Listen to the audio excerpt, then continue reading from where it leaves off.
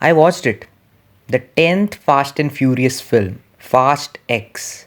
It's actually amazing to think that there are 10 Fast and Furious movies because when you look back at the first film, it's essentially a film about street racing. And now it's a global action thriller where they're jumping countries, there are like tons of characters.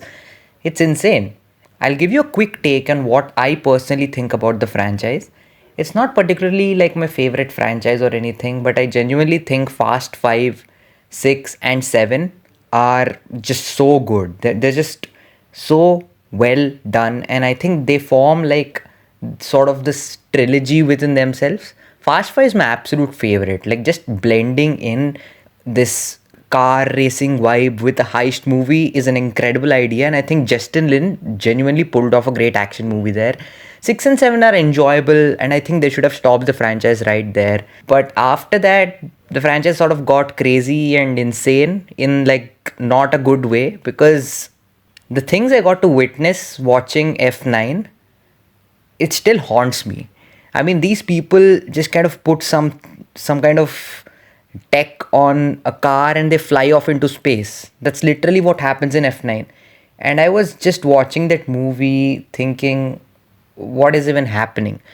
It was not even fun. It was just so boring, to be honest. Because the franchise kind of was in that awkward position after 7 where they really pushed the envelope. And they were trying to make it bigger, but it was not necessarily better. So I'm not a huge fan of the direction the franchise took after 7.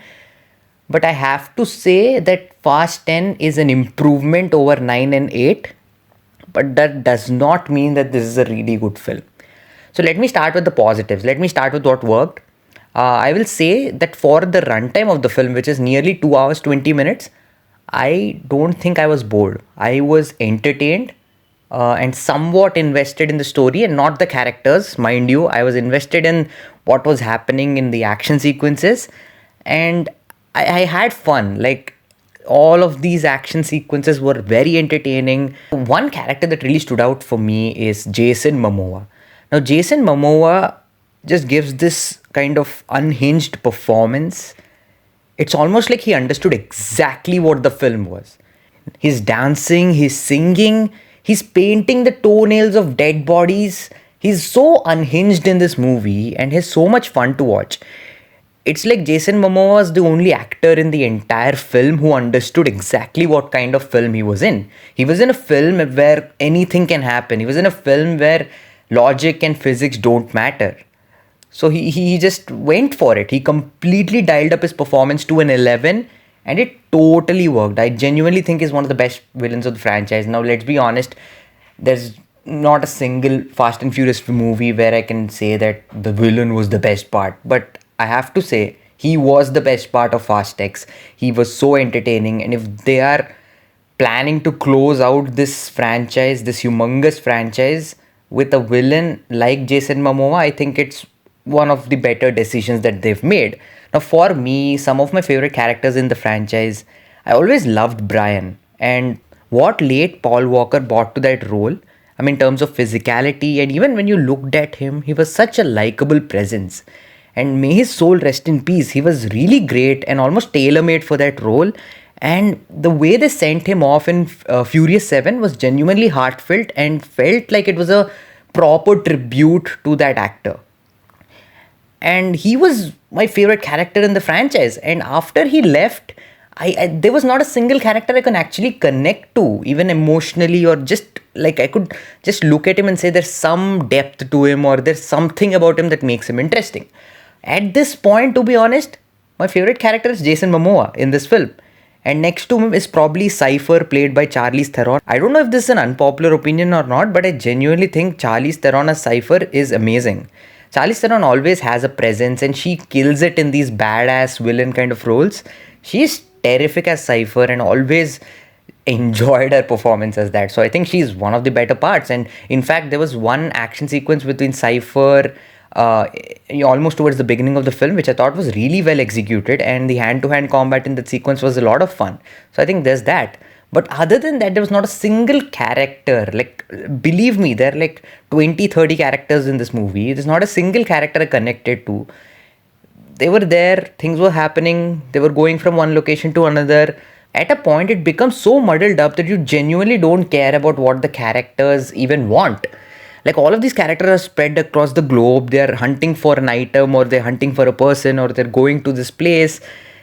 After a point, I just gave up because it's so convoluted, and not in a good way. It's just convoluted for the sake of being convoluted. And when you really start thinking about all of it, it's just really dumb. Like, it's just dumb. I mean, a lot of twists and turns, when they're happening, you just look at them, oh, that's a fun twist.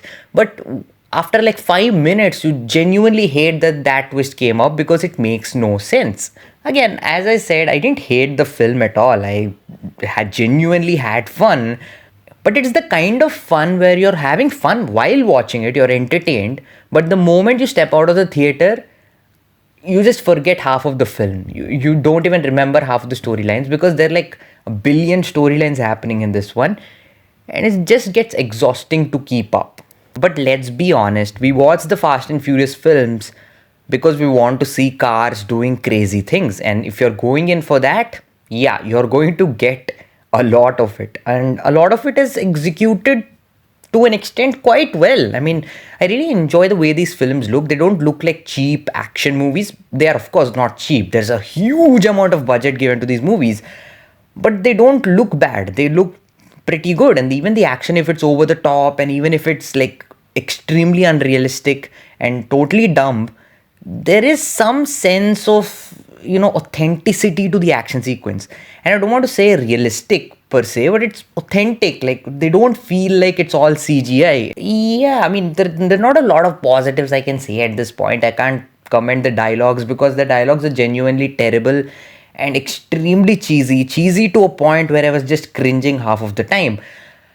But again, that's not why you go into a Fast and Furious movie. You just go in to have fun. I thought the direction was like, it was capturing things that were happening. There was some things they did with the direction that was slightly more interesting and not bland. But again, overall, the direction was just about decent. It captured what needs to be captured. That's about it. Dom is literally a superhero in this movie. I need to address that because there were at least 2 instances throughout the film where I genuinely thought he was going to fly. And the best part is, if they actually, made a decision to have Dom fly, I would not have been against it because his character has come to such a point where he can just do anything. He can drive a car off an airplane, survive. He can make 2 helicopters crash just with driving. He can do anything with a car. So him flying is not really much of a shock or a revelation. So they could literally have had him fly and I would not have minded. Also point out another thing that I liked. So I thought the soundtrack was great. Like, it was great. Especially the songs that they play whenever the country changes. It's really good. It sets the tone for what's happening. And I really enjoyed the way they did all of that. So that was one thing that really worked for me all the way through. I genuinely still think they should have stopped at 7. I mean, it's exactly as crazy as 8 and 9. So if you like those films, you're going to like it. I don't particularly like those films, but this one was slightly better than them and I did have fun. Rating this movie is kind of weird because when I look at it from the perspective of filmmaking, from direction, writing, screenplay, acting, it just does not work. I'll probably give it like a 2.5 out of 5 in that perspective. But a part of me also had fun. I was entertained throughout. I was not bored. But that part of me wants me to give it a 3 out of 5. So there you go. So that was my take on Fast X or Fast 10 or Fast. It doesn't really matter at this point. So let me know your thoughts down in the comments and tell me what is your favorite Fast and Furious film. Thank you very much for watching and sticking with me till the end of the video. If you have made it until this point, you would have gotten something out of it. So please do give this video a like. It really helps. Consider subscribing to the channel because that way you'll be up to date with all of the content that comes out in the channel. Thank you once again for watching. Keep enjoying movies and I'll see you again.